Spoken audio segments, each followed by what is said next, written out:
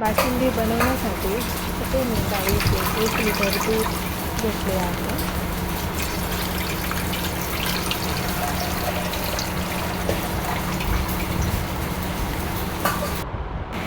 त्याला आता आपल्याला बॉईल करायचं आहे.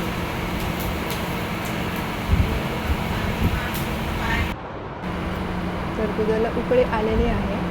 आता आपण जी साई येते त्याला दुधामध्येच मिक्स करत राहायचं आहे आणि मीडियम टू हाय फ्लेमवरती दूध आपल्याला अर्धं आटवायचं आहे. त्यानंतर ना दूध अर्धं झाल्यानंतर त्याच्यामध्ये साखर टाकायची. आपल्याला जेवढं गोड हवं आहे तेवढी साखर टाकायची. 1 लिटर दुधासाठी मी 1 वाटी साखर घेतली आहे आणि त्याला मिक्स करायचं आहे. परत दूध आटवायचं आहे आपल्याला.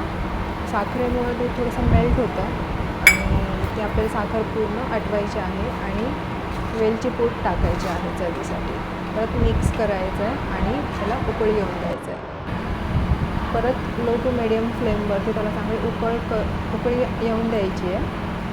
बघा आता हे घट्ट झालं आहे म्हणजे आपली बासुंदी ऑलमोस्ट रेडी आहे. आता मी एका स्टीलच्या भांड्यामध्ये त्याला काढून घेणार. खूप छान सुगंध येत आहे बासुंदीचा आणि खायला पण खूप टेस्टी लागतं. नक्की ट्राय करा, तुम्हाला नक्की आवडेल. And thanks for watching my video. Thank you.